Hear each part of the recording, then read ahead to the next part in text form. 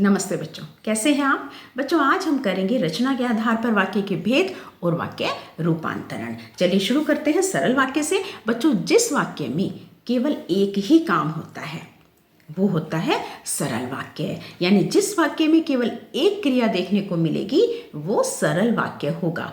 उदाहरण देखिए, राम पढ़ता है, बच्चा रो रहा है, किसान खेत जोतता है। इन सब में केवल एक क्रिया हो रही है, इसलिए ये हो गया सरल वाक्य। चलिए चलते हैं संयुक्त वाक्य पर। बच्चों, जब दो वाक्य हों और वो और, लेकिन, या, अतः इत्यादि से जुड़े हों तो वो होगा संयुक्त वाक्य। उदाहरण देखिए, राम पढ़ता है और श्याम खेलता है। वह गरीब है लेकिन ईमानदार है। मैं जाऊंगा या तुम जाओगे। इन सभी में जो भी वाक्य हैं, अगर हम इनको अलग अलग करके भी पढ़ेंगे दोनों वाक्यों को तो भी अपना पूरा अर्थ देंगे। और उदाहरण देखते हैं, उसने मेहनत की इसलिए वह सफल हुआ। तो बच्चों ध्यान दीजिए, यहाँ पर राम पढ़ता है पूरा वाक्य है, श्याम खेलता है पूरा वाक्य है। दोनों वाक्य अपने आप में पूरे हैं, इसलिए यह है संयुक्त वाक्य। तो चलिए बच्चों, अब समझते हैं मिश्र वाक्य क्या होता है। बच्चों, जिस वाक्य में एक मुख्य वाक्य होता है, दूसरा उस पर आश्रित होता है और उसमें क्या बीच में आता है संयोजक, जो, जब, यदि, क्योंकि, ताकि, कि, उसे कहते हैं मिश्र वाक्य। इन सब योजकों से वो जुड़ा होता है।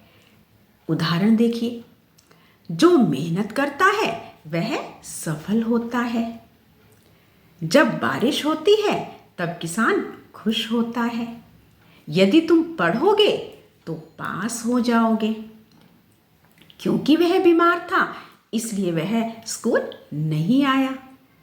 मैं चाहता हूं कि तुम सफल बनो। वह स्कूल गया ताकि कुछ सीख सके। जो मेहनत करता है, अब देखिए, जो मेहनत करता है, क्या इतना मैं बोलूंगी तो पूरा है? नहीं है। जब बारिश होती है अधूरा है। क्योंकि वह बीमार था अधूरा है। तो बच्चों, जहां वाक्य को हम बोले और अधूरापन लगे तो वहां होता है मिश्र वाक्य। यानी यहाँ पर दूसरा वाक्य इस पर आश्रित है। जब तक वो नहीं बोलेंगे तो पूरा नहीं होगा। अब बच्चों कुछ और उदाहरण देखिए। राम और श्याम स्कूल गए।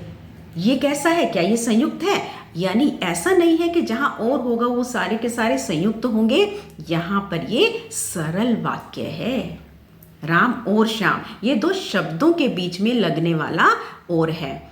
राम पढ़ता है और श्याम खेलता है। यहाँ जो और है, यहाँ और आने से ये संयुक्त बना, क्योंकि इसमें दो वाक्य हैं, शब्द नहीं है। शब्दों के बीच में और होगा तो वो सरल वाक्य होगा।